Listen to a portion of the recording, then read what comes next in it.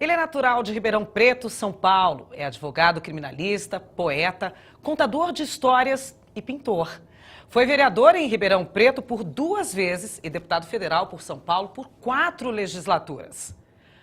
Ficou conhecido por dar o voto de número 344, que elegeu Tancredo Neves à presidência da República. O deputado João Cunha é o nosso convidado de hoje no programa Memórias do Poder Legislativo. Deputado, seja muito bem-vindo aqui no nosso programa. Um bate-papo que a gente estava fazendo agora aqui nos bastidores. E vamos continuar aqui, então, para que agora todo mundo que está em casa saiba aí o que a gente estava conversando. Eu vou começar com o senhor, se o senhor me dá licença, com uma frase. Meu nome é João. Do que estamos falando? Bom, eu não tinha marqueteiro e não tinha dinheiro nem para pagar o panfleto. Eu fiz 4 campanhas no palanque. Eu fiz 4 campanhas com o microfone. Eu fiz 4 campanhas reunindo 5, 6 mil pessoas que iam à praça, segundo diziam, para me ouvir, porque não tinha moda de viola, não tinha cantador. Tinha alguns oradores que preparavam o campo para eu chegar para falar. Eu usei muitas técnicas de comunicação para firmar na memória da pessoa, já que eu não tinha televisão, não tinha jornais, não tinha panfletagens. Internet. Não, nem se fale, não tinha celular. E lá um dia, diante de uma câmera de televisão,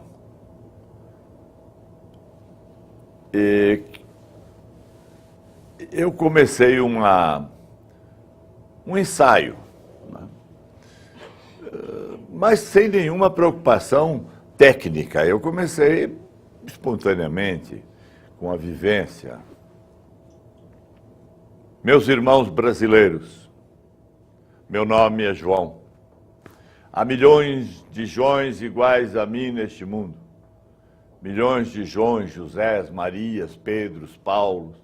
Milhões de criaturas humanas a quem nada é dado na vida e na história, senão 2 datas, a da nascença e a da morte.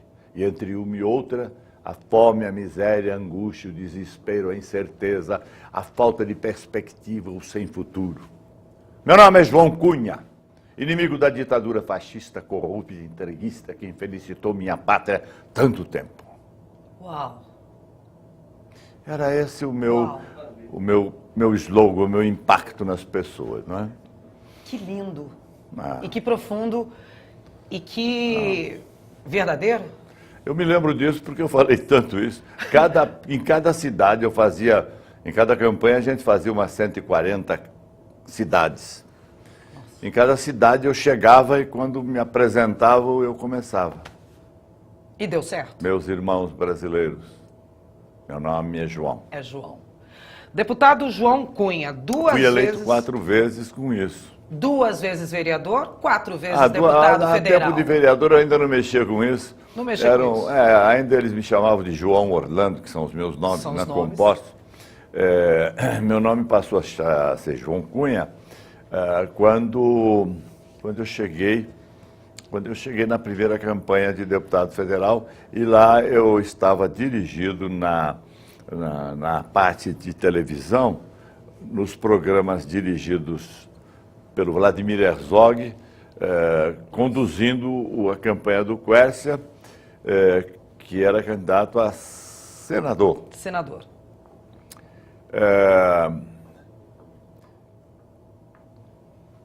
Ali a coisa rolou pelos anos. E foi assim que fui atravessando 4 mandatos, atravessando a ira dos poderosos, atravessando o ódio dos militares compostos com a ditadura que havia, enfim, a ignorância dos usineiros, por exemplo, que tinham horror de mim, porque eu era advogado de 22 sindicatos de trabalhadores rurais. Nossa. Eu atendia cada dia um deles à noite na sede do sindicato deles, na cidade deles, e sem ganhar. Eu só ganhava se eles ganhassem a ação. Isso me fez amado pelos camponeses e fez com que lá num dia, na Constituinte, eu apresentasse pela terceira vez, uma proposta de lei que proibia o transporte de trabalhador rural em caminhões de pau de arara. Pau de arara. Ele era os pau de arara, boias frias, meus irmãos, que morriam aos borbotões nos desastres das estradas para servir a gula, para servir a fome, para servir a atitude desumana dos proprietários das terras. Foi uma das suas bandeiras. Foi uma delas.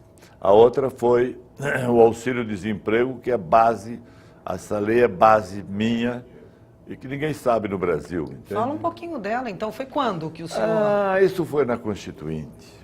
Foi na Constituinte que eu comecei a mexer com isso, entende?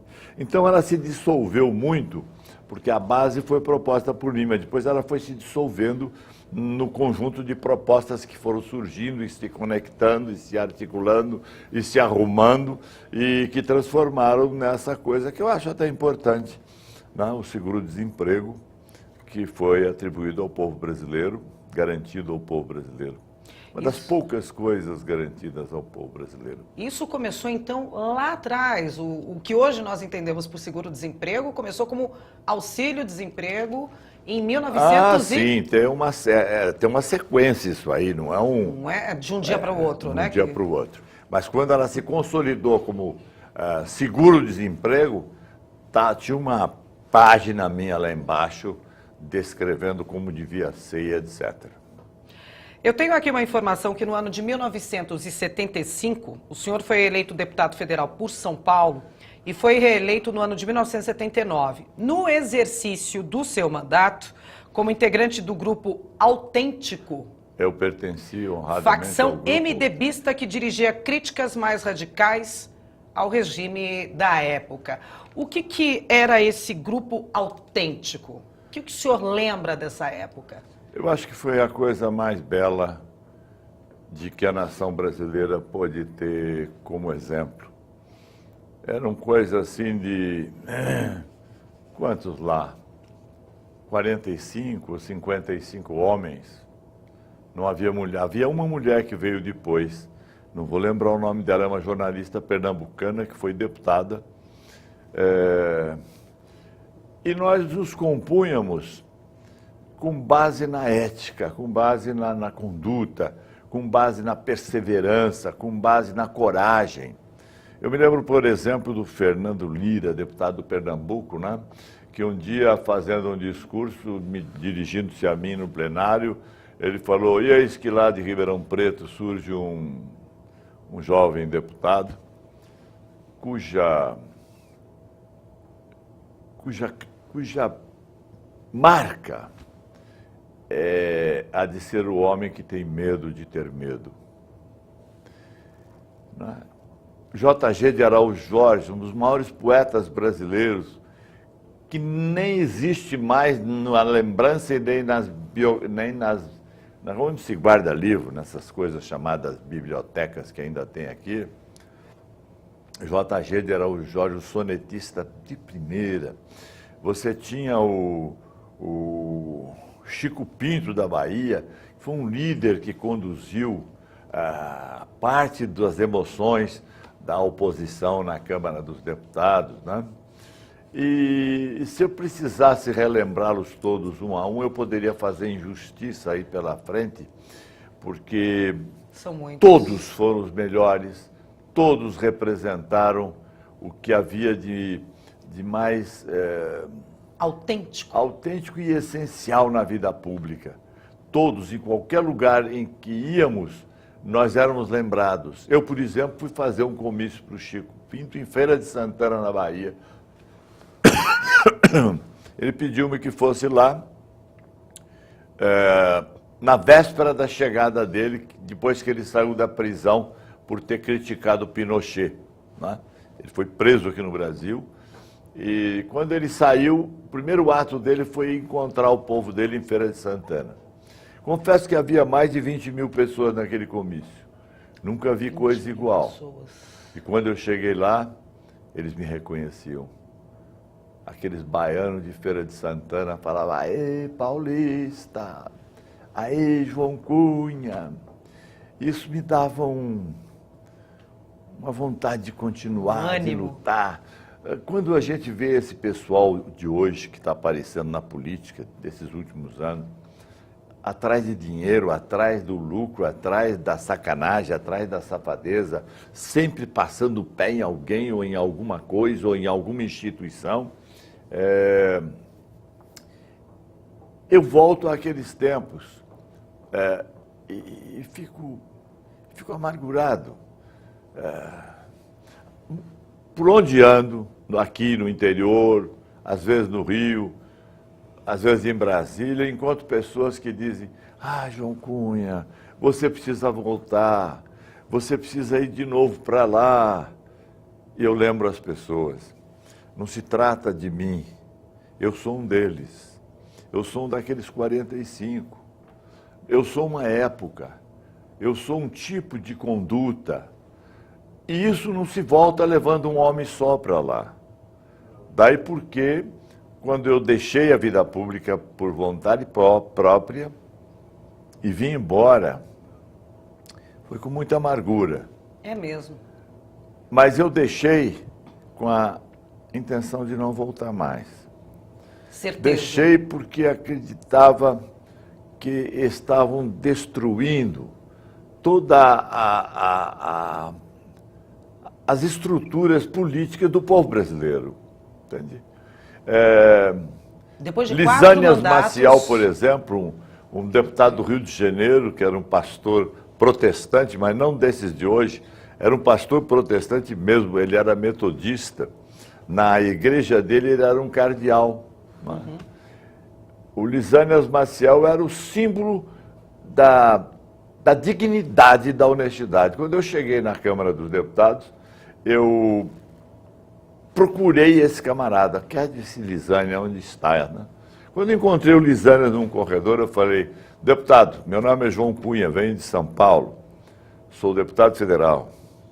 Eu vim trazer os meus préstimos para o amigo. Eu vim me colocar pessoalmente. Não. Eu vim me colocar ao seu lado para servir a nação brasileira." Quer dizer, foi o primeiro ato meu foi me colocar como soldado de um pessoal do que havia de melhor, né? Marcos Freire, do Pernambuco, senador, era do Grupo Autêntico.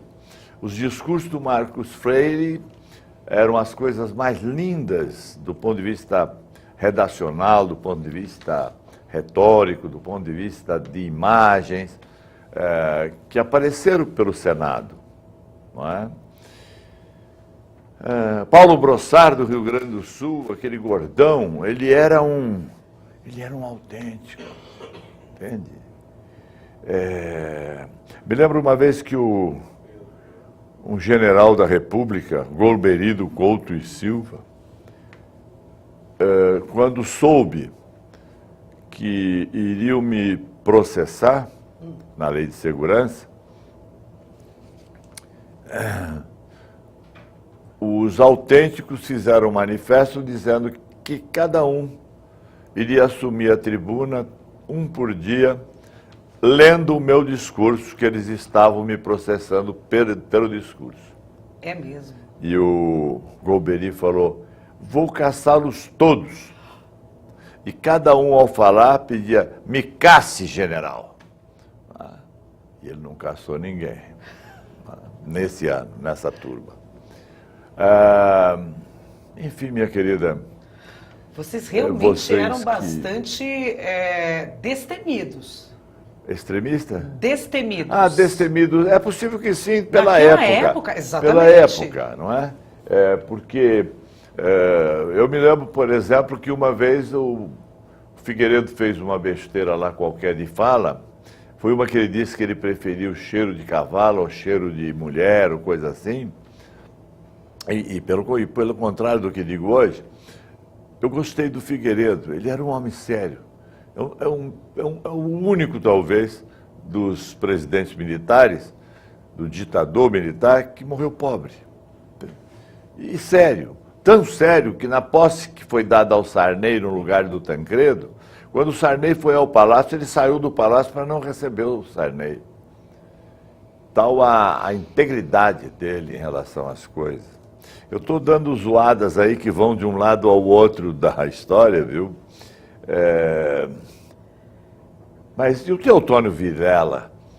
Que ele era da Arena, ele era ligado à ditadura, mas ao mesmo tempo era do Grupo Autêntico. Do MDBista? Era um homem, não era o MDB só. Não era isso. Era mais que isso, me entende? Porque no MDB já tinha carcamano, já tinha porcaria, mas esse grupo, ele era o que havia de mais... íntegro, mais ético. Íntimo. Ayrton Soares, aqui de São Paulo. Ayrton Soares. O Ayrton Soares era do grupo. O Ayrton Soares, excelente deputado. Uma das figuras de melhor proa para a vida pública, não é? Eu vou por aí lembrando, não é fácil lembrar, de repente, 20 anos. 20 anos? Mais? Não, 20 mais. anos desses que passaram sem mandato. Sem mandato, sem falar tanto Agora, de política. Lembrando, vai mais um pouco. Mais. Então eu ajudo a lembrar o senhor. Tem um outro deputado do Grupo Autêntico que foi líder do Grupo Autêntico e líder da bancada do MDB, Alencar Furtado. O Alencar Furtado, que tem uma frase que o caçou quando fizemos o primeiro programa de televisão com Ulisses Guimarães, Alencar Furtado e mais um. O Alencar falou sobre a questão das torturas, dos desaparecimentos. Sim. Ele falava, e são essas aí as viúvas do talvez, quem sabe, talvez. Essa frase valeu a cassação dele. Em setembro de 1977, em discurso durante as comemorações da Semana da Pátria, protestou contra a cassação ocorrida em junho do então deputado José Alencar Furtado, líder do seu partido então na Câmara. Vamos falar sobre isso, mas antes da gente continuar esse assunto, vamos para um rápido intervalo e daqui a pouquinho a gente volta com mais Memórias do Poder Legislativo. Não sai daí.